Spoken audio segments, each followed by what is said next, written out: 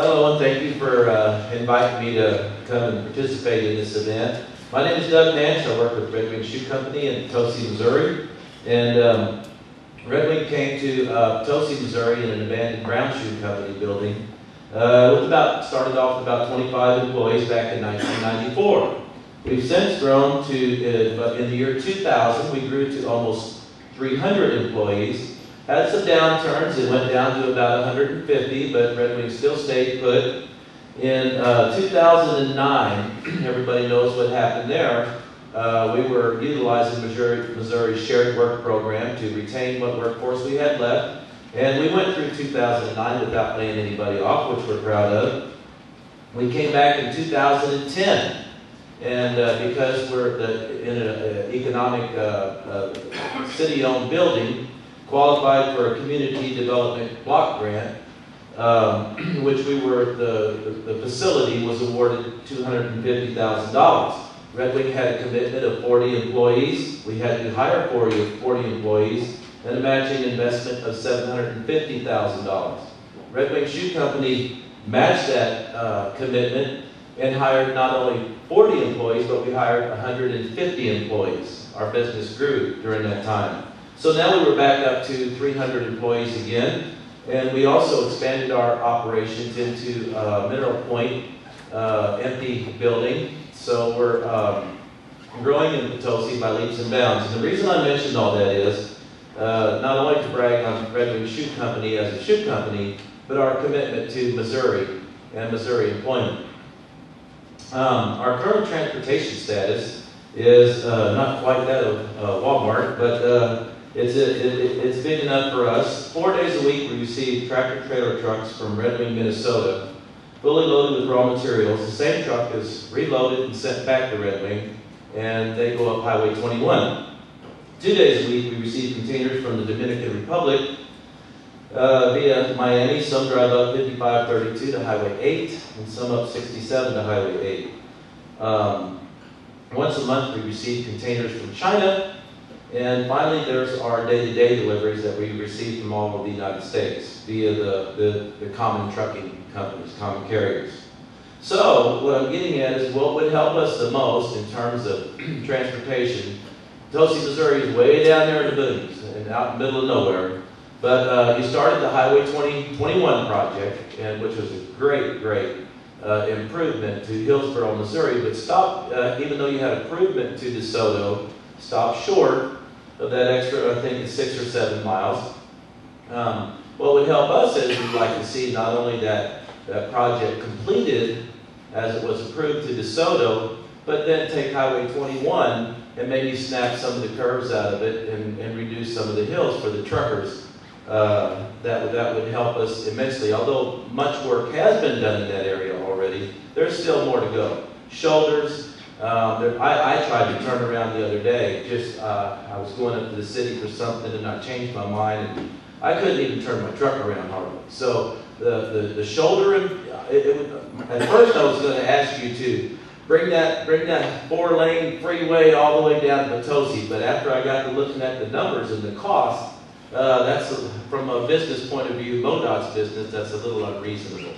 But it would be nice if we had improved shoulders, improved 21 highway road conditions for the truckers, and like I said, even snap some of those curves out.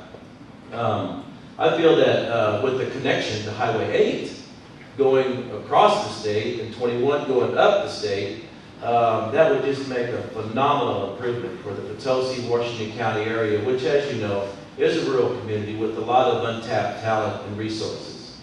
And so, if there's any way at all that you all could do any of that, especially, it would have to include finishing that expensive part to DeSoto, and then streamlining the rest of Highway 21, make it more trucker friendly. So that would be my request, and I'd like for you to, anybody have any questions then? That's basically it. You don't have any questions for Doug? Sure you do. This is the part where you say, well, how would you like for us to pay for that? Okay. Well, you have That's exactly what I was going to say. Okay, I'm glad you asked that question because I've been thinking about this. And I would like to just, I know my 5 minutes are up, but now I'm on your time, so. I want to tell just a small story. This is really a fun story for everybody. We had, in our little expansion that I mentioned earlier, I had a choice of hiring a sprinkler company out of Kentucky to do an $18,000 renovation to our sprinkler system. They were the original installers. They had all the specs and everything they needed, and I know the quality of their work was great. However, Red Wing Shoe Company, and my own personal view is, I like that we got this grant money from Missouri. I want to keep our money, our spending money in Missouri. So I chose a company in Festus, Missouri to come and do our sprinkler renovation. Didn't know them from Adam, but I had faith in the fact that they were a Missouri company, 30 years of business. Long story short, they did the sprinkler job for around the same price. They hired somebody to do the forklifts and the high lifts and all that. The guy steps off the forklift and the high lift and he says, "Hey, you're Red Wing Shoe Company, I'm wearing Red Wing boots." I said, "Well, isn't that neat?"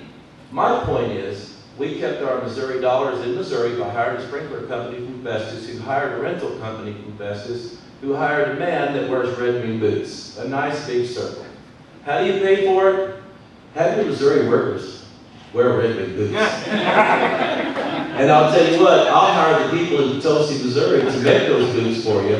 I'll take it, I've already did the numbers.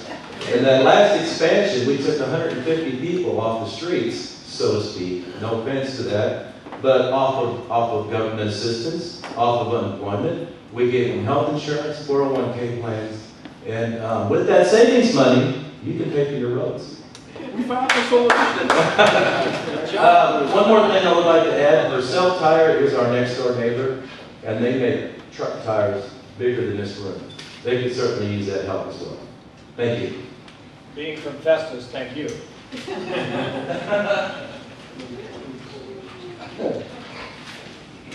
Let's see, Dan Atwell. Dan is with Boone County, and after Dan is Chief of the Osage Beach Fire Protection District. Thank you, Mr. Chairman, members of the committee. First of all, as presiding commissioner of Boone County, I'd like to welcome all of you to Boone County. Maybe a little late, but we appreciate you coming to our great county and city of Columbia, and appreciate the effort that you're putting forth to do something that desperately needs to be done and is highly important to all the citizens of our state.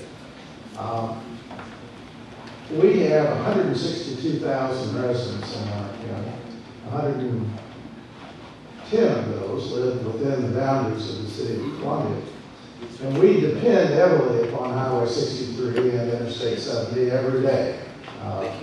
We understand that the interstate is not really designed to be used locally by residents of the area, but is more of a cross-country road. But we have to use it, and we need it to be in tip-top shape at all times. Fortunately, we have an excellent district engineer in the way of Mr. Silverstein here, and I want to point out that when we back in the first part of this year began the process of trying to improve the roads in the northeast quadrant of the city, and which is mostly in the county, for the benefit of Battle School. He and his staff came to our rescue in many ways and are working very hard to help us develop the road system out there. That's an ongoing project. And to me, that illustrates that you have within the Missouri Highway Department very superior people who are capable of handling the type of project that you're working toward right now. Actually, you have only one problem. That's the good news. The bad news, the problem is how do we raise money? Taxes are frowned upon in every quadrant right now. And unfortunately, bad roads are disliked even more. So you have that opportunity, I think. And in my view, the real issue that you need to deal with in going forward with whatever plan you finally formulate is the issue of credibility. We all know that it has to be something that people can understand, appreciate, and back.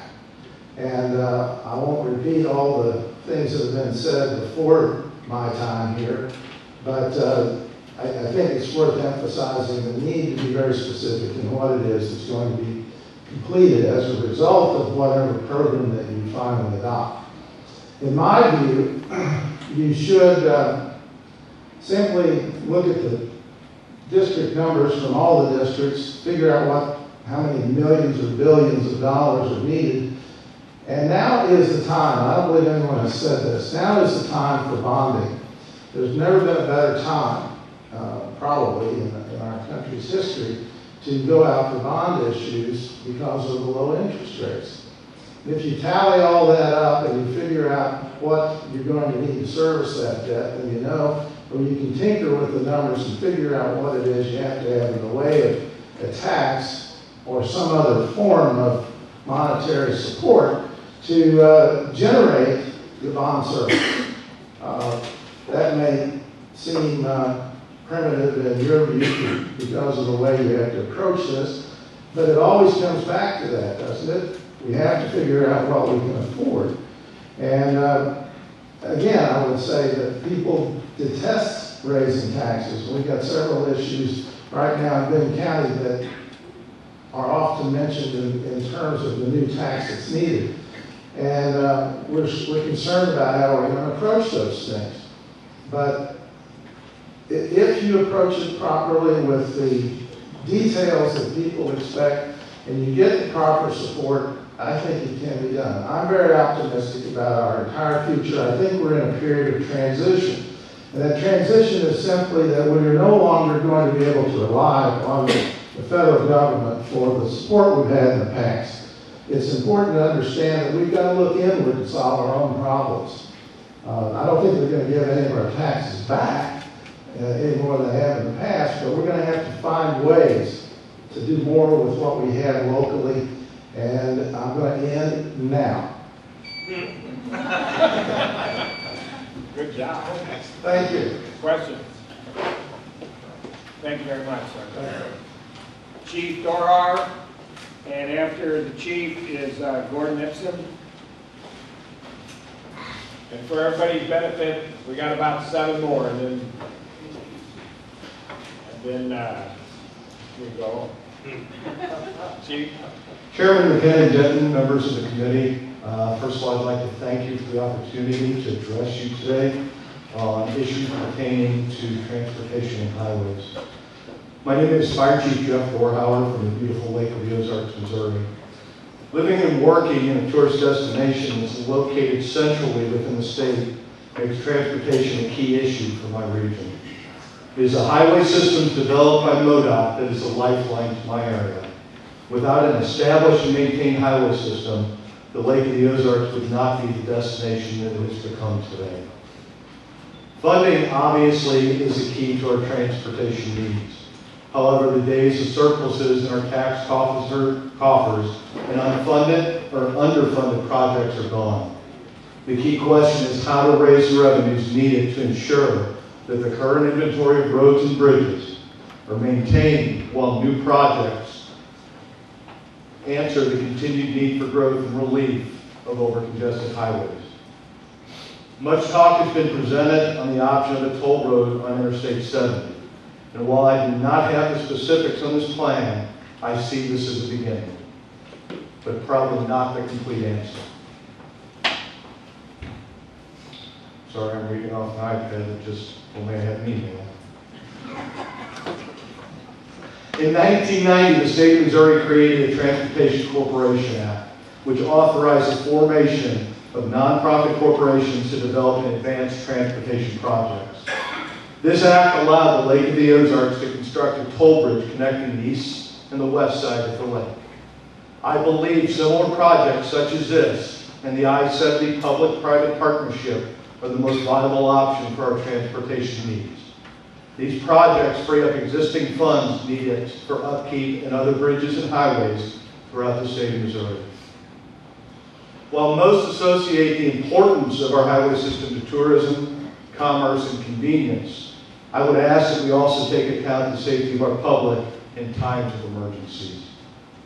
Well-developed highway systems are critical to the emergency services and the protection of our citizens. For decades, there were limited choices for emergency services in the Lake of the Ozark area for both emergency response and public evacuation. In Osage Beach, there was one bridge that connected the east side of the lake to the west side of the lake. These limited transportation options had the potential to isolate one side of the city from the other if for any reason that bridge had to be shut down. The impact on emergency service responses and or evacuation would have been devastating in this situation. Over the past 20 years, through a combination of new highways, new bridges funded by MoDOT, and a new bridge funded by cooperation of MoDOT and nonprofit corporation, we've successfully answered most of these concerns. We've answered the consumer's need, the financial constraints, and the need for emergency services by thinking outside the box and by cooperation of public and private interests. There is still work to be done, but by expanding on success from the past, we can pave the road to the future. Let me finish by saying that I understand that no engineer with MoDOT or any other corporation can ever develop a highway system that ensures the safety when we consider the 4 I's: inattentive drivers, inexperienced drivers, impaired drivers, and impatient drivers. We live in a world that constantly bombards all of our senses with information, thus distracting us from the main task, driving.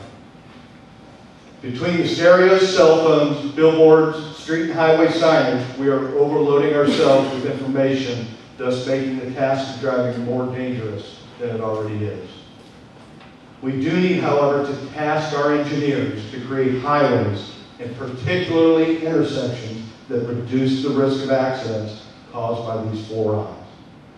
I bring this up today for one reason. A little earlier, a gentleman from University of Missouri referenced a 3-year period where they had 12 injury accidents on campus at Mizzou. The new expressway opened at Osage Beach in December of this year. We've had 6 accidents with 2 fatalities. And I can guarantee as I stand here, it's because 2 of those I's, impatient and inattentive. We can't protect everybody, but we have to look at what we can do. When we have intersections crossing a 65-mile-an-hour divided highway, we are going to have problems that need to be looked at. Again, I thank you for allowing me to address this committee. Thank you, Chief. Are there any questions? Thank you very much.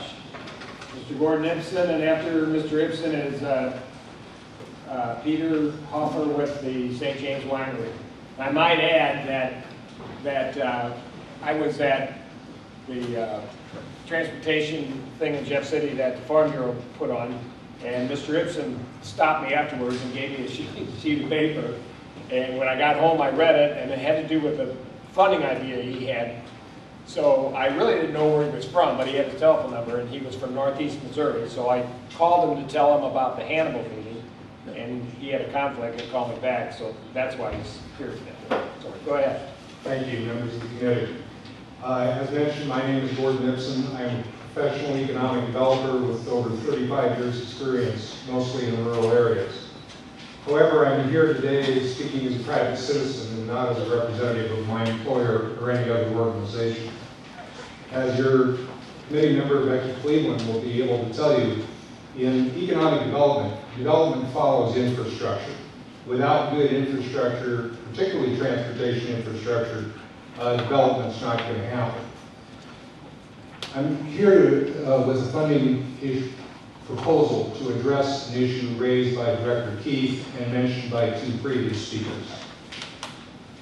Currently, our funding levels are inadequate to maintain, let alone improve, our transportation infrastructure. Our 17 cents per gallon fuel tax is not keeping up with the needs, and part of the reason is the vehicles are getting better fuel mileage, but they still create wear and tear on the highways.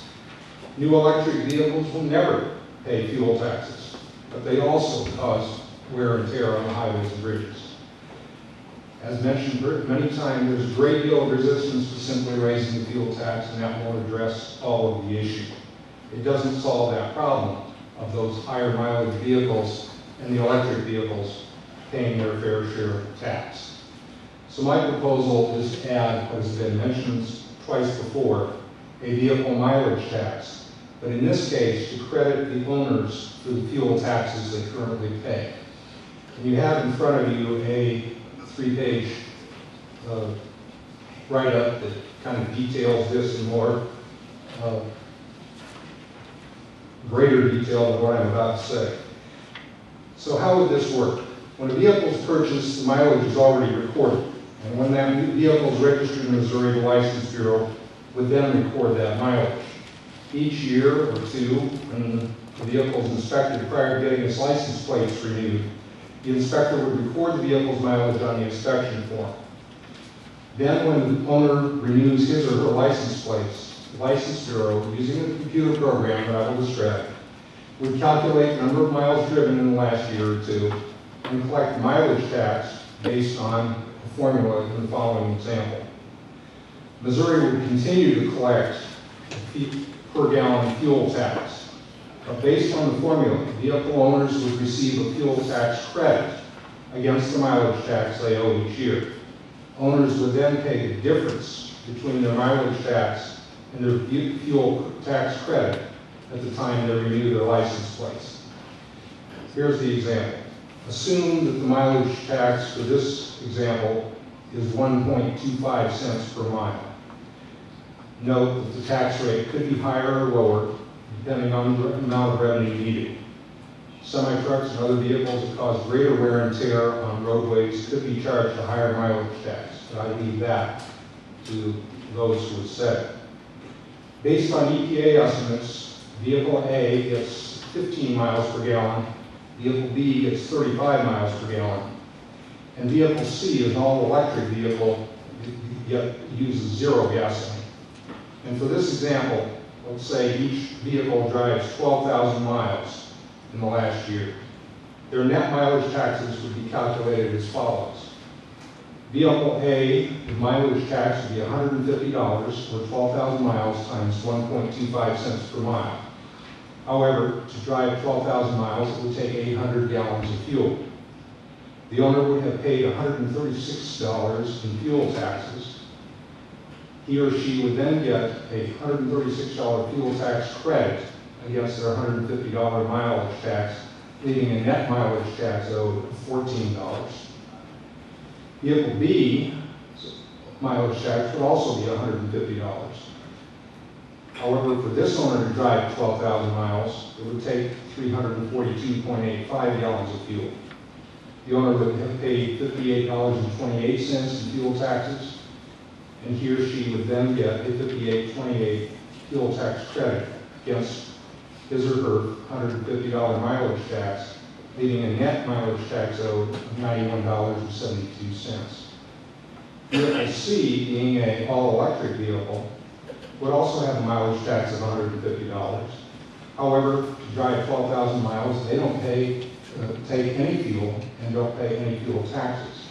Therefore, they would not get a fuel tax credit, and their mileage tax, net mileage tax would be $150. As you can see from these examples, each vehicle owner that drove 12,000 miles would pay a total of $150 in combined fuel and vehicle taxes. The example I have in front of you details how this would be implemented. I've used up my time, but I will take any questions. Any questions for Mr. Ibsen? Yes, Tom. Do you have any ideas how to put this on the trucking industry? Well, it would be on a mileage basis, just like it would be on a regular automobile basis. But the amount per mile would have to be set based upon what either the Department of Revenue or the legislature felt was a more fair amount per mile. How are you collecting on the out-of-state In this case, non-diesel purchases? Okay, in this case, out-of-state vehicles would continue to pay the fuel tax on the fuel that they purchase in Missouri. Is this perfect? Absolutely not. We're not 100% capturing out-of-state vehicles' usage of our roads. We would still continue to capture the fuel tax on fuel they purchase in Missouri. Okay. I don't know how you I don't want to address- debate you at this forum, but that your example breaks down in the trucking industry pretty dramatically. Okay. Any other questions for Gordon? Thanks for coming today and sharing with us. Thank you. Next person is Peter Hofer, and after Peter is Mark Carr with Boone Hospital Center. Mr. Chairman, members of the committee, thanks for having me here today. It's good to see some old friends on the committee and tackling such a tough issue. I represent St. James Winery and also the Missouri wine and grape industry, the chairman of the Wine and Grape Board. And for our industry, transportation is one of the main inputs. Missouri over the last 10 years has grown from 35 wineries to over 120 now.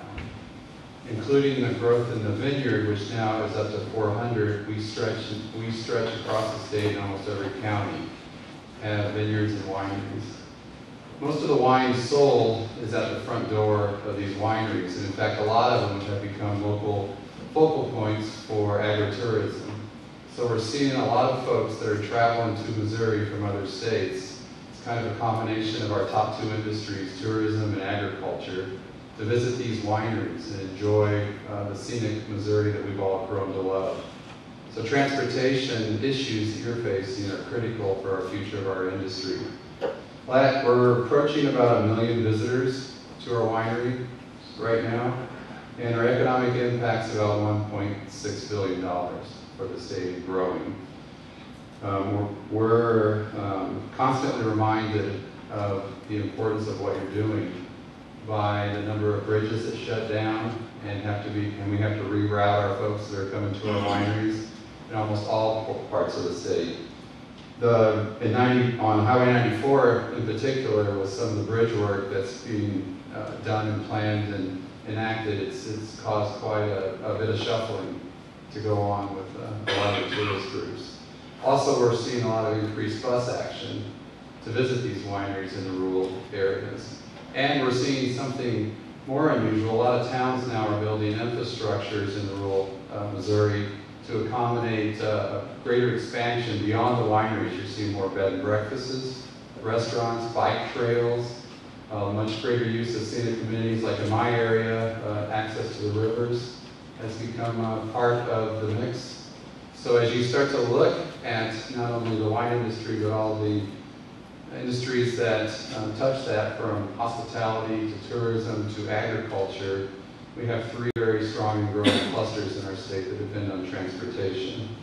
So some of the programs that have been critical for us in building this economic base of not only our rural areas, but also some of the suburban areas around our urban cores are our TOD program, our 5th logo program are all very important for directing traffic in a very efficient, effective manner to visit the wineries.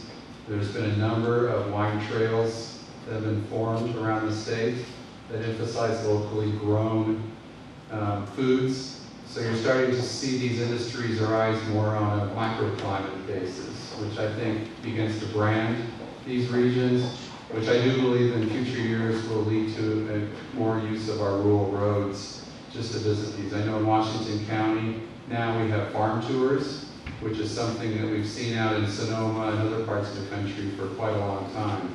That's coming to Missouri. So it puts a little different burden than traditional farm to market on our rural roads. Other things that are very important to us in building this economic base are some of the partnerships we've formed with the Department of Tourism, Conservation, and Agriculture.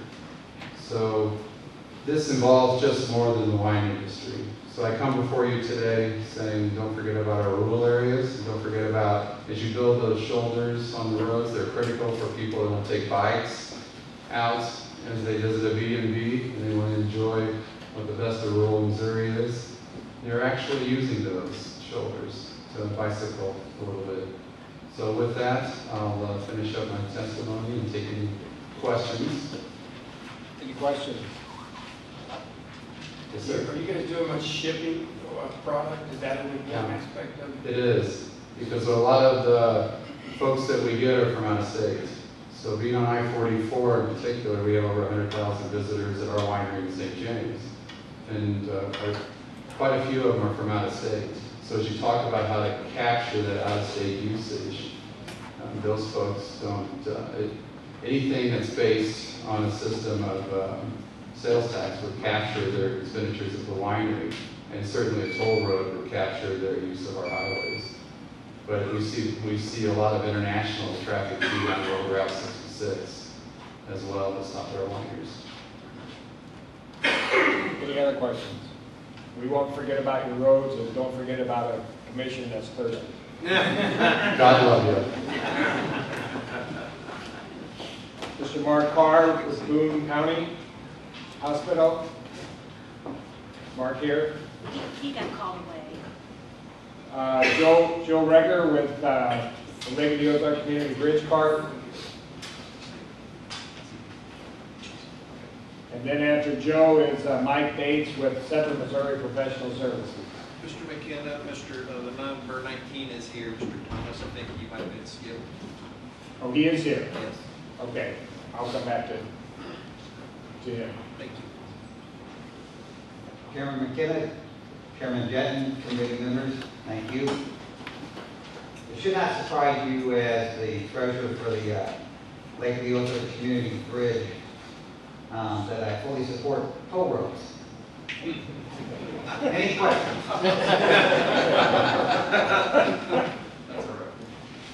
That's the record. See, you didn't even start the... Now, I will tell a little bit about the community bridge. And in fact, in terms of priorities in Camden County, and we mentioned a couple, both Dave and Mike Canady. We have 42, we have Highway 5 North, and it was also mentioned 242, also known in Camden County as MMTTNF.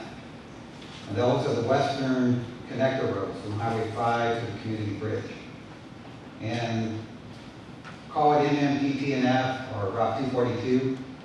It is a perfect example of the collaborative effort between MoDOT and the local community.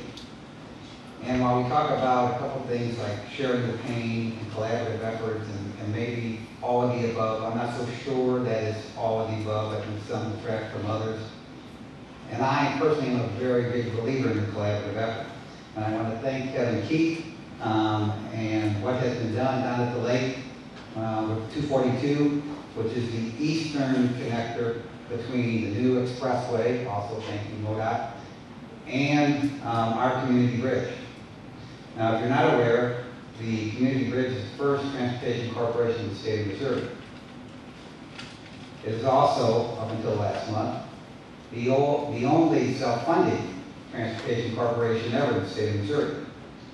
Well, and what I say up until last month, well, we restructured as a TDD. And we did that as part of a refinance. And we did that not, in fact, the petition does not call for taxing authority. So our only sources of revenue are still the tolls. But included in the petition was the authority to participate with MoDOT on improving routes M and DT&F. Now that would be as our funds would permit. As a result of the refinancing, we have quite a bit of relief on our debt service. We were actually burning liquidity in our reserve funds. We are no longer doing that. Our bridge board, no longer a corporation board, but a TDD board, has plans to restore our reserves and then look to, in fact, it's provided for in a cooperative agreement with MoDOT, to participate in some fashion, probably on a return on investment scenario for us with MoDOT to improve MMPTNF. In other words, if the increased traffic counts will return sufficient revenues for us to contribute X amount of money, we will do that. And I think that's really the philosophies that the state ought to look at. It's local cooperative agreements. They're very great motivators. I think when you talk about statewide taxing, you take some authority and some abilities away from local taxing districts to build development and infrastructure. So I think you consider that carefully. But I just think philosophically, the Lake Ozarks Community Bridge Corporation, now TDD, is the preferred way to go. Now, I'll stop there, and if you have any questions, feel free. Any questions? Yes, sir. What do you, can you maybe give the group here a little history of how the financial outlook has been for the history of the community bridge? Many people are familiar with how much it costs, how much is it raised. A lot of people have fears about tolls, that the charges will be too high, or that they won't pay off. And what would you recommend, secondly, to try to get tolling, for instance, for I-70 and I-44? What do you see as the differences between your bridge and 70 and 44? How would you recommend getting that through? Holy smokes, I gotta remember, I've been involved with Community Bridge since 1992, shortly after the legislation. So that is a big question. The original financing was 30 years, 10 years interest only, 20 years, amortized about $40 million in debt. In 2006, we started paying principal. And for the first couple of years, we could make that. But with the economic downturn and improvements by MoDOT, Highway 54 and Highway 5 North that now detours and bypasses Camdenton, there has been traffic diverted from our bridge by the improvements that MoDOT has made. So we are down 30% roughly in traffic count from 2007. That caused us to go negative by $800,000 a year, and we were quickly burning our reserves. The refinance is a 30-year fix across about 2% lower interest rate. Somebody mentioned earlier, it's a great time to bond. I guess if you had that capacity, that would be a correct statement. We were fortunate, we were able to do that. So now we're financially viable. In fact, we will look over the next 2 to 4 years at how quickly we build reserves, and then look to, 1, cut tolls, and 2, contribute to MMPTNF, which should actually be able to cut tolls because we ought to be able to generate sufficient revenues to repay that investment. Now, with respect to application to Highway 70, 44, and 55, I can only speak personally. I don't know how the community bridge is a perfect project as a transportation corporation project in terms of the situation. I don't know how well it applies to Highway 70, 44, and 55, but I would say personally, I'm a big believer in user fees. I favor, not just because of the community bridge, but I favor the closer the correlation to the cost, the benefit should be the cost. I personally favor, taxing the widow or the retiree in West Plains for the bread or the pair of shoes to help fund I-70.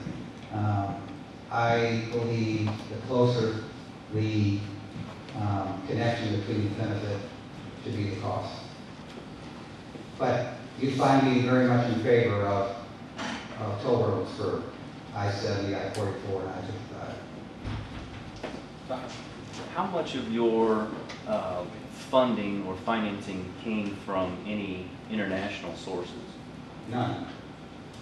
How much is your overhead as it relates to, I just went over your bridge a couple times this weekend, the $3 fee, how much of that is going to paying the debt or maintaining, or, are you in the 90 percentile range? Before refinancing, we had $3.6 million in annual debt service and $700,000, $720,000 in O&M, which was primarily payroll and insurance. So debt service is everything. Okay. Any other questions? Thank you very much. Thank you. Let's see, Mike Bates, you're here. And then after Mike, Ian Thomas. Mr. Chairman, thank you for the opportunity. Mike Bates, Central Missouri Professional Services, Jefferson City, Missouri. For those that don't know me, a bit of background about my career. It actually began in MoDOT in the Bridge Division in 1968, which also tells you how old I am. In 74, I left the department to join the Jefferson City Department of Public Works. From 77 to 91, I was the director there. From 91 to 80, from 91 to 98, I was vice president, general manager of an asphalt paving contractor, a heavy highway construction company. And since 98, the president, I'm the co-owner of Central Missouri Professional Services, operating in Central Missouri since 69. I tell you this not to try to tell you that I'm an expert, but but to tell you really that I'm an advocate, and I have been for over 40 years and will continue to be. Throughout my career as a public official, a contractor, and a consultant, transportation has been first and foremost. When I think of the things that have made our country great, I always come back to transportation. Our nation has built the most successful ground transportation facilities in the history of mankind. This system is anchored by the Dwight D. Eisenhower system of interstate and defense highways. It's been named for a man who, when you look back at the history of the interstate system, in 1919, as a young second lieutenant, Eisenhower volunteered to convoy from D.C. to San Francisco as part of a military convoy. The convoy took 62 days. Roadways did not connect, pavements disappeared, bridges wouldn't carry loads. As a result of that, Eisenhower developed a vision that a two-lane paved system of highways would be very important for the country. Imagine his surprise in World War II in Germany when he found the Autobahn. The Germans had actually started it in 29, finished the first project in the early 30s, and isn't it interesting that, again, they were that far ahead, but when they found the Autobahn, it was unbelievably successful, and that's actually what gave Eisenhower the idea for the interstate highway system. And in '56, working with Congress and industry associations, they were able to pass the interstate law, creating the system that we know today. Jefferson City, and we've heard this earlier today, is one of only a handful of capitals without interstate service. While we have 3 primary routes serving Jeff City, all of them bringing 4-lane and 50, 54, 63, the key here is none of them have controlled access, or generally don't have controlled access. And simply stated, when you're not first class, you're really second class. If I look at our capital city and what the interstate system was designed to do, it really surprises me that we haven't looked at addressing this issue before. But it's even bigger than that. So when I look at this, first and foremost, we've got our MoDOT headquarters in Central District there. That should be reason enough to have an interstate system. But beyond that, we oversee state government, executive, legislative, and judicial. We have state headquarters for the health lab, DNR Green Building, conservation. It goes on and on. People have to come to Jefferson City to conduct business. It's hard to accept that we don't have that level of service. What I really want to say to you is that transportation drives economic development. And what we've heard today, and I continue to hear people talk about 63, I heard some people mention 50, I think I heard 54 mentioned several times, that a first-class system is critical. We've done a lot of good building a 4-lane system, but the minute you allow access, that access is going to develop. It's going to increase traffic volumes, and down the road, we're going to have to pay for that. And it's going to become more costly to eliminate. So I'm encouraging this group to take a bigger picture look at this while I'm here. Number one, advocate Central Missouri. Number two, a freeway system serving the state of Missouri, whether or not it's actually designated interstate, will be a key element in our future for economic development. That is first and foremost what we're after, and if we want to be a leader, I think that should be our challenge. So, in closing, I'll comment, the taxpayer gets no better return on investment than the dollars spent on transportation. It's plain and simple and important fact. Be happy to answer any questions. Thank you. Any questions? Thank you, Mike. Ian Thomas, and after Ian is Jim Herper with the Lake of the Ozarks TC. Good afternoon. Thanks very much. My name is Ian Thomas. I'm the Executive Director of the PedNet Coalition. We're a non-profit transportation consulting firm based here in Columbia with a focus on healthy, economical, and sustainable modes of transportation. I would like to thank the legislature and MoDOT for setting up the Blue Ribbon Committee, and thank you all for volunteering your time and for giving me this opportunity to speak to you. This statewide public engagement process is an excellent and essential step towards solving the problems of funding congestion and worn-out infrastructure in Missouri. In the next 5 minutes, I hope to make 2 points. First, I believe we can significantly reduce the cost of transportation in the state by reducing our emphasis on private vehicle travel and increasing support for alternatives such as mass transit and active transportation. And secondly, I believe Missourians will support public funding for more efficient and economical alternatives if we develop a strong and credible 10 or 20-year plan to shift mode share, if the proposals are specific, well-designed, and sustainable, and if they're well communicated throughout the state. If you do an analysis of the journeys that people actually take in America, you'll find that 50% of all trips are 3 miles or less, and 25% of all trips are 1 mile or less. 3 miles is a very reasonable distance to ride a bicycle for many people. 1 mile is a perfectly walkable trip for many people. So how many of these journeys are actually being taken by biking or walking? Well, typical mode shares show about 90% of all trips are being completed by car, with about 1% biking, 4% walking, and 5% by mass transit. So this means that an awful lot of very short trips are being taken by car.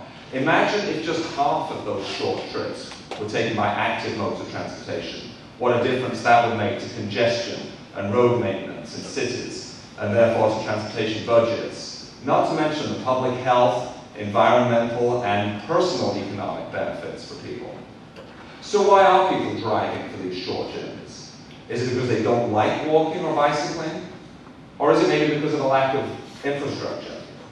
Well, we did an experiment. In 2006, Columbia received federal funds to improve walking and biking conditions throughout the city.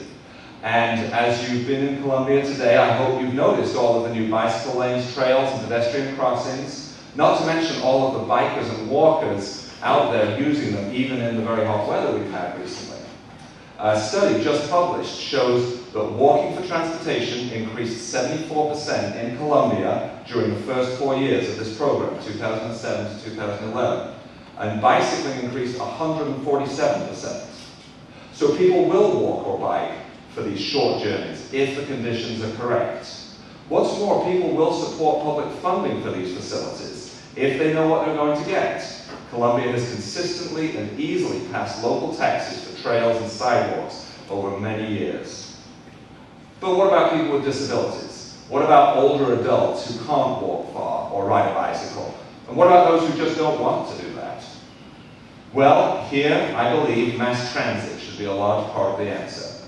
A well-designed bus system can relieve congestion in cities and take enormous pressure off road construction and maintenance budgets. Will people support it? Yes, they will. Just 2 years ago, voters in St. Louis County tired of the hassles of congestion and parking, the expense of a highly car-orientated transportation system, voted to tax themselves a half-cent on the dollar to improve transit services. Informal surveys in Columbia suggest we could do something similar here.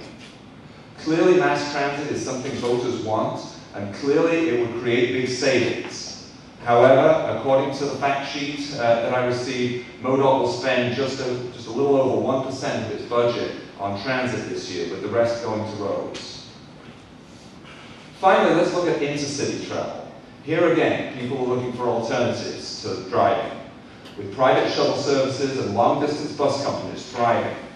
So why shouldn't MoDOT pilot an intercity high-speed bus service connecting St. Louis, Columbia, Jefferson City, Kansas City, and Springfield?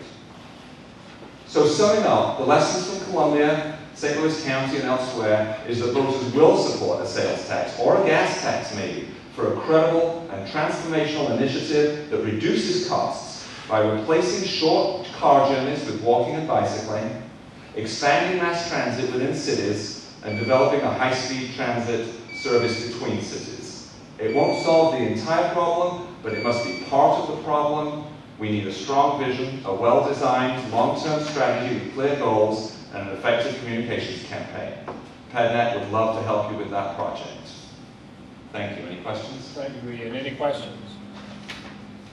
Yes. Could I get the statistics on that study you said about the 1 mile, the 3 mile?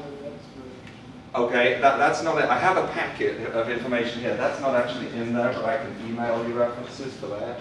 Okay. Yeah, but the numbers were 50% of all trips are 3 miles or less, and 25% are 1 mile or less. Only 50% of trips are more than 3 miles. Actual trips. Now, miles driven or traveled, you know, a longer trip is more miles. But counting trips, yeah, half of all trips are 3 miles or less.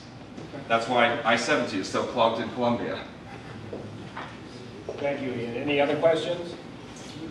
Yeah, if you send stuff to Jay, he'll make sure all the committee members get it. Great. Thank you very much. Jim? And then after Jim is with UTU is Gerald Wolf. Close? Close enough. Good. Okay. Go ahead, Jim. Start the Thanks, clock. Bill. He's going to hit me good because I questioned earlier.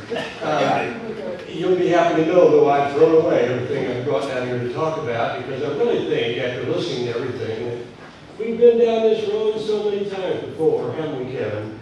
Kevin's predecessor told us 9 years ago at least that we had this problem. The legislature billed around and didn't do anything and won't do anything. And if you all come up with a plan, I wouldn't worry about whether they like it or not. They won't, because they won't put their jobs on the line. They can raise the gasoline tax 2 cents a gallon every year, but they won't do it. Right now, we talked about diversion. The last time we had any change in the amount of money from the MoDOT was in 1992 with Amendment 3. And with Amendment 3, in 2003, with Amendment 3, what we got there is to do away with the diversion. Now, we diverted everything, pretty much, that was coming out of the highway fund, except the highway patrol. Now, the highway patrol is sacrosanct, and I want the highway patrol, and I want it to be around, but it's a diversion. And if it costs $120 million a year, that's 4 cents of our gas tax, that's a state tax, that's not going for our roads. Now, were we truthful with the people when we passed Amendment 3 and said we're going to do away with diversion? Hell no, we weren't. But they bought the philosophy because they didn't want the bucket that they put water in to build roads to be leaking all the time. It was about that simple. Now, when you look at what kind of tax we're going to pay or what kind of roads we want, most of us in our state, Missouri, don't have any question about what we want. If they're familiar with it, nobody wants any tax. They don't want a toll, and they don't want a sales tax.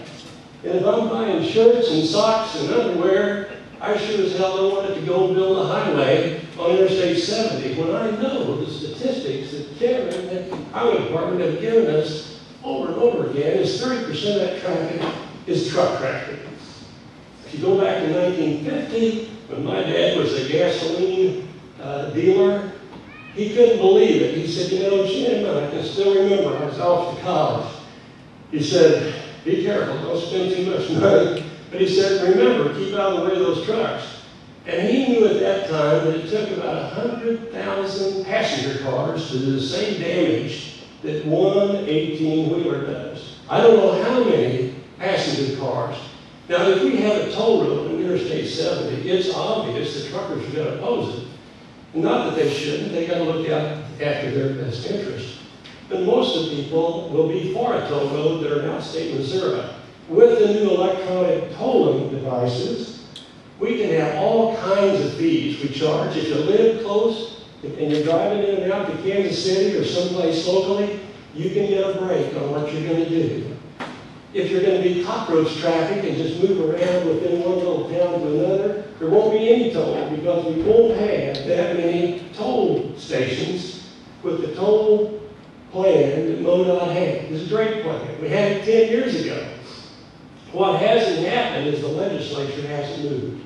Now, if this committee has any intestinal fortitude, that's going to be your challenge. You'll come up with a plan. Now, with respect to other roads that we need to build, number one, I do away with that under diversion and fund the highway patrol through the general plan, the general taxes that come in. And I would make what goes into the highway fund really the highway fund money. I would also consider, they've talked for years about an internet tax. We need to have an internet tax that our representatives at the federal level, working with representatives here, agree that when you buy something on internet that's a consumer goods product that you pay no tax on today, that tax goes back to Missouri. The complicating factor is that people who are opposed to this always say, well, you have to have every sales tax for everybody in the state on what they have as a sales tax. It wouldn't have to. It's at one for everybody. It'd be an average, mean, median, or low. I don't care. But it would be simple to have one tax that originates where you originate the order. That's how I start working on this situation with the amount of money we need each year just to build the outer roads in Missouri. Any questions? Hey, I made it. How do we turn this off? You left me. Bill, I'll bet you're a real internet freak. That was after my time. Any questions? Thank you very much. I also want to tell you the patrol is on. I'm still on it. Okay, Gerald, and then last but not least is Ron Leon. Wait, somebody else. Actually, we're missing number 25 and number 26 on your list. I think. Oh, they did? Yeah. Okay. Ron, you'll have to wait. Thank you for allowing me the opportunity to speak. I'm Gerald Woodman, the United Transportation Union, Missouri State Legislative Board. We represent engineers, conductors, brakemen, and track maintenance workers here in the state of Missouri, and I was asked to talk about the rail needs in Missouri.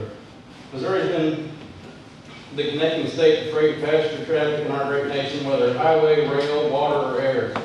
Missouri has some of the busiest highways, and Kansas City and St. Louis are the second and third largest rail hubs, respectively, in the nation. The movement of people and commerce has been a driving force in our state's economy and will play an important role in our future. The United Transportation Union has long been a proponent of passenger and rail freight in Missouri and the Midwest. Not only do railroads provide good jobs for Missouri citizens, but these jobs have a profound impact on the economic and many communities throughout the state while providing services and moving people and freight throughout the country. As far as freight interests, we are currently running approximately 500 freight trains across Missouri daily. To keep Missouri in the spotlight, we need to find a way to market our system to have a greater amount of freight move through Missouri. The interest in passenger rail has blossomed not only across the nation, but here in Missouri. Governor Nixon has taken the lead to join the Midwest Interstate Passenger Rail Commission, along with seven other Midwestern governors, to support the growth of passenger and rail service. MoDOT has teamed up with Amtrak and Union Pacific and submitted a very comprehensive grant application for part of the $8 million in federal funds from the American Recovery and Reinvestment Plan.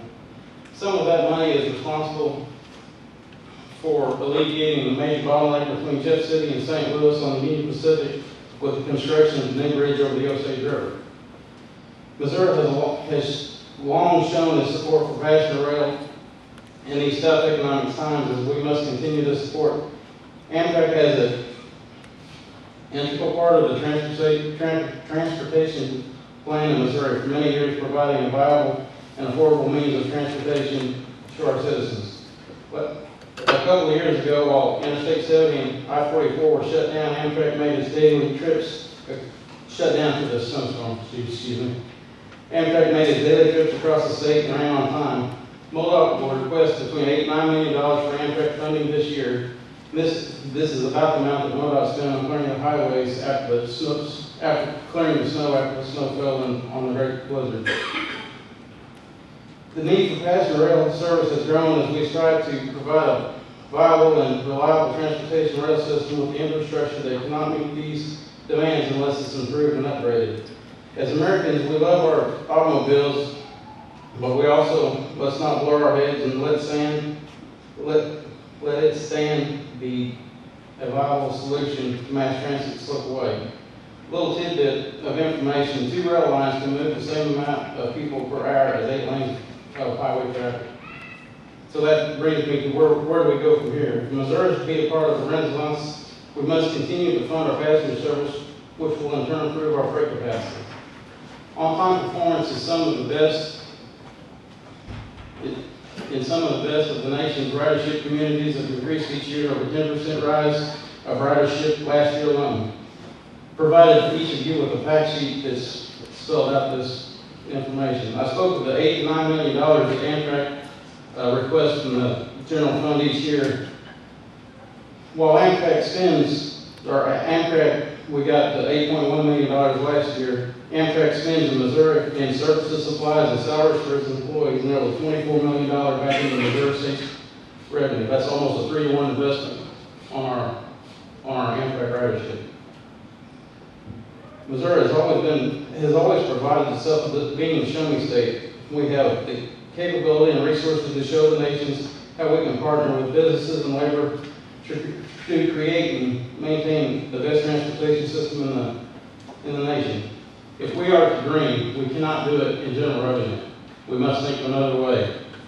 The Missouri Department of Conservation funded a 1% sales tax, and that's how it's funded. They did a magnificent marketing job marketing that sales tax. This is something I think we could model after and build on to.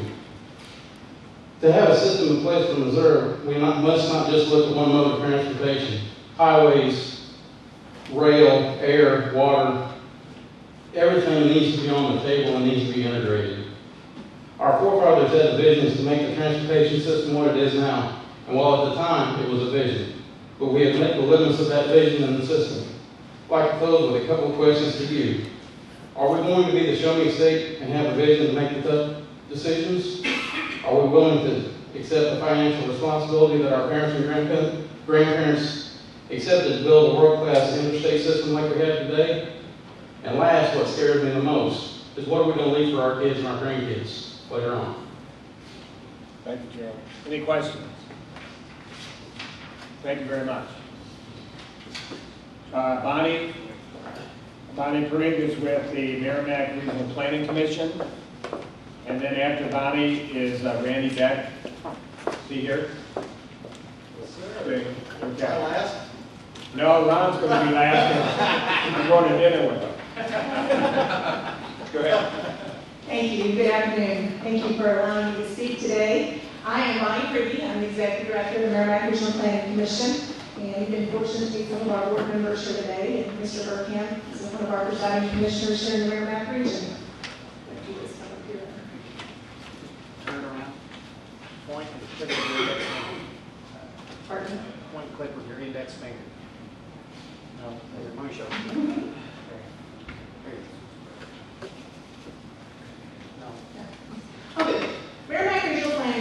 is one of 19 regional planning commissions in the state of Missouri. We were organized in 1969. We serve 8 counties, 32 cities, a little over 200 people. It is Crawford, Dent, Gasconade, Marys, Osage, Phelps, Pulaski, and Washington counties in Missouri. We have a little over 2,200 miles of state highway in our region, including 80 miles of I-44, 80 miles of 63, 48 miles of Highway 50, and nearly 300 bridges. The majority of the roadways in our region are minor and low volume routes, which means curves, hills, inadequate shoulders, and that's where the majority of our fatalities are happening. What was mentioned a couple times earlier was about the transportation advisory committees and the planning framework process, and I just wanted to mention this briefly. Basically, back in the early 1990s, with the IC legislation, states were required to have a grassroots transportation planning effort, and MoDOT, Missouri Highway Transportation Commission, has went above and beyond in its efforts to involve the public in planning projects across the state. MRPC was fortunate back in the mid-90s, and now we were actually a pilot project in developing that planning process and worked to develop the process and the manual that went with it. Since that time, MoDOT has looked to regional planning commissions and the transportation advisory committees across the state to identify needs within their region and the state, to prioritize those, and then recommend them to MoDOT. And it's from that list that projects move into the statewide transportation improvement program. MoDOT has the final say, and has certainly listened over the past 7 or 8 years on the projects to be included. To tell you a little bit about MRPC's Transportation Committee, we do have a planning partnership with MoDOT, and our responsibility is basically to have a Transportation Advisory Committee, identify needs and prioritize them, and then develop and update a regional transportation plan. We do a lot of other things, but that's kind of the core of it. MRPC's TAC has 24 members. We have 3 from each county. Those are recommended by the county commission and then confirmed by the MRPC board. That TAC identifies the needs, sets the priorities, and makes recommendations that then go on to MoDOT. The priorities of the Merrimack region are top 2, obviously, Highway 63 and Highway 50. We have corridor improvements in 63 crosses 3 counties, Phelps, Marys, and Osage, and Highway 50 crosses Gasconade and Osage County. These are priorities statewide. We support that as well as a regional planning commission. And these are projects that benefit Missouri, but they both carry very large price tags and cannot be accomplished within the existing budget as it stands now. From our perspective, the planning framework works. RPC's endorsed it, as did the Highway Commission, and MoDOT has been an active listener. Our first 2 prioritized projects was an improved Highway 72 between Raleigh and St. James and the Missouri River Bridge at Hunter. Both of those have been completed. And it's a nationally recognized process. While we kind of think of it something we do every day, it's not something that happens in every state, and Missouri is to be committed for that. We've already talked about this. We know that we have a lot of miles and not enough money even to maintain them. So it's important that we do something. Our TAC hasn't taken this issue up as a group, other than just to talk about what the different funding revenues would generate. But a quick survey of about 50, 80, 60% agreed that more funding was needed for transportation, and now was the time to be talking about it seriously. And all agreed that a combination of funding sources was necessary. Bill 1 was not going to accomplish that.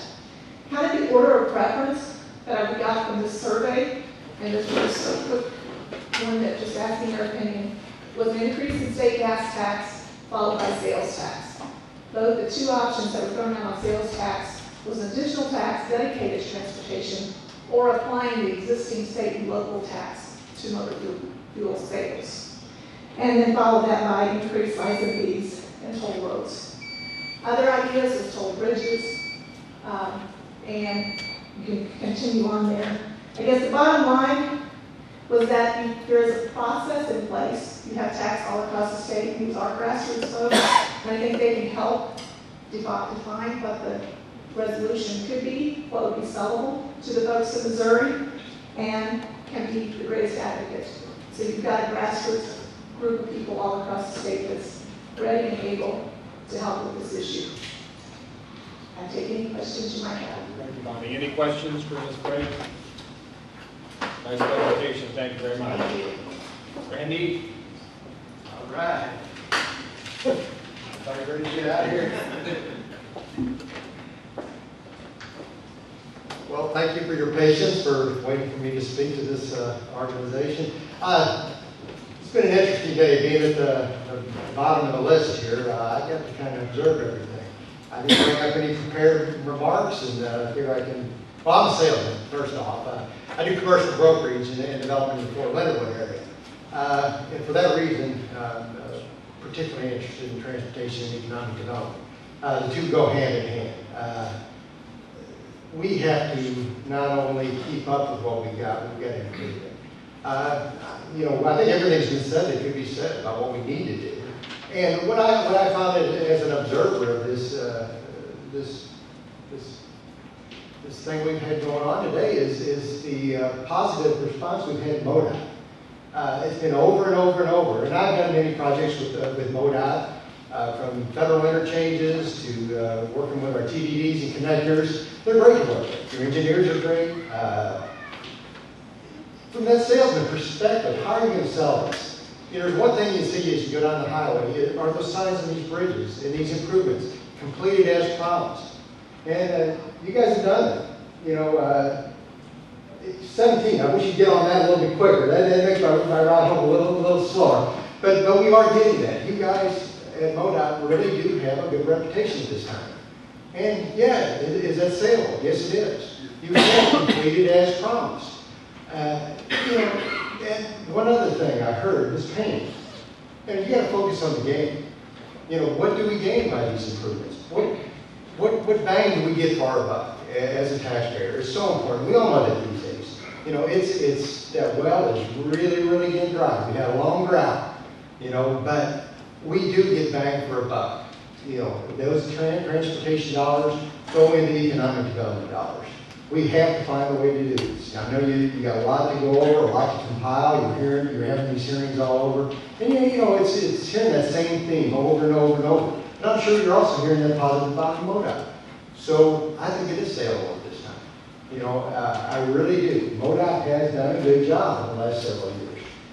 We can see that completed as promised, and you can't get that everywhere. You know, and to hear that from all these speakers today. It's a recurring thing. So this is the time to focus on, I think, that gain and not that pain. Yeah, it's going to cost. But you don't get anything in return unless you have an investment. And I believe it is time to put that good marketing effort together, to focus on the completed as promised, focus on gain and not pain. So go to it, guys. Any questions? Thank you, Randy. Any questions for Mr. Beck? It's out early, so we can all go home. I think last,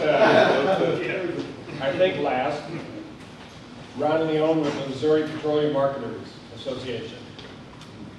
Chairman McKenna, Chairman Jetton, I appreciate the opportunity to speak before you today. Members of the committee, as Bill said, my name is Ron Leone. I'm the Executive Director of the Missouri Petroleum Marketers and Convenience Store Association. To put it bluntly, I represent most of the gas stations, convenience stores, and truck stops across the state. And therefore, we have a very vested interest in a lot of the funding options you're looking at, in particular, anything dealing with motor fuel taxes, much like your fellow Commissioner Tom Crawford, and also with toll roads. I handed out a memo to all of you. I think all of you got it. I have extra copies up here if anybody in the gallery wants to have a copy. We all recognize the problem. We all recognize the benefits. I'm not going to go through that. We wholeheartedly agree that there is a problem, that there's many benefits to transportation and other infrastructure improvements. I want to go through some of the 7 options that we have here in terms of transportation funding. First of all, increasing the state per gallon excise tax on motor fuel. I think it was stated that we are at 17 cents a gallon. The key that we have there, we're neutral on that position as an association, and the key is what will it do to our competitiveness with our 8 border states. We have some of our biggest cities right on the border. We draw a lot of consumers from those higher tax border states, most notably Illinois and Kansas. And the last thing we want to do is raise our gas tax so high that we no longer get that kind of important cross-border traffic and we allow Illinois residents to stay there and spend their money in their own state versus come over here to our state and spend their money here. One of the things that hasn't been mentioned today, but I heard in the legislature, is some sort of sweetener when you're looking at what combination of funding options will actually work. And I've heard some talk about decreasing the fuel tax a certain amount in order to actually provide a sweetener, maybe a sales tax or something like that. We think that's a horrible idea. Do not decrease the fuel tax that you currently have on the books to 17 cents at the state level. Nobody's going to notice the decrease if you happen to do that as a sweetener because of the price volatility of fuel at the pump. We could have a 10, 15 cent price swing in one day and wipe out anything you're doing in terms of a sweetener, so we do not recommend doing that. The last thing I want to mention about that, Proposition B, which in my opinion in 2002 was not sold very well. You've heard a lot about paying gains, selling it to the citizens. Proposition B in 2002 was not sold very well, and that failed miserably at the polls, 72 to 28%. That was a half-cent state sales tax and a 4-cent per gallon motor fuel tax. And as Bill will know, more than most that failed 72 to 28. Federal fuel tax, we think, granted, there's not much going on at the federal level at this point in time, and what they passed the other day merely allows us to maybe tread water, but we still think that's where you can get some bang for your buck. We wholeheartedly support a sizable fuel tax increase at the federal level, and I haven't heard anything said today. We have a gallon of gas today is taxed at 35.4 cents a gallon, and then diesel, Tom, it's 41.4 cents, correct? So we already have right now, fuel is already taxed more than 10% at the pump at the current prices that we see today, about $3.19, $3.20. So it's kind of important to keep that in mind. A couple of the other options I've listed here, I'd be happy to answer any questions. Sales tax on motor fuel. The sales tax increase, that's to get your bang for your buck. That's to generate the kind of revenue that you actually do in order to solve problems. And in my opinion, that's the easiest sell to the public. Everyone benefits, everyone pays, very simple to sell. You start putting in way too many things in the hopper, you're going to start making a lot of people angry. Nothing's ever going to pass at the polls. I go into some detail about the vehicle miles traveled, maybe dedicating some of the state budget growth, which I think one of the committee members was asking about what do we do in terms of the current funds and how do we do that. Last thing I want to talk about are toll roads. Our main deal is how does it impact the businesses located at the exits. Anything that dissuades Bill McKenna or Rod Jetton from getting off and spending money at my members' location is a problem for us. Even the open toll concept, which takes care of some of our problems, still creates some problems for those few toll booths that you'll have to have, or gantries or collection points, whatever you want to call them. My members say open tolls solve some of the problems, but don't put one of those near my exit locations, because we really think that that's going to be a problem in terms of traffic diversion. And one of your own committee members will tell you that, because he and I have testified multiple times in front of various legislative committees that his members will do everything they can to avoid tolls. Is a big truck, is a big rig riders, and that means our consumers will be avoiding our locations, and that is a huge, huge problem for us. I'll be happy to answer any questions on the memo, Mr. Chairman, and I'd be happy to, again, answer any questions. Any questions for Ron? I think you did a real good job with your setting things out in the memo, and I think all the witnesses of the 7 hearings you presented the best approach toward funding for transportation. Thank you. He was well taught, I might add. So, I used to work for Bill McKenna many years ago. Thank you, Ron. Is there, I want to give I don't want us to leave the city and people say, I was there and nobody asked me, nobody gave me the opportunity. So if anyone else wants to speak, you got 2 seconds. Just to say you want to speak. Anybody else? Okay. We need to approve the minutes from the last meeting. If we could do that, we got those in an email. We got a motion and a second. Any discussion? All in favor of approving those minutes, say aye. Aye. All opposed, no.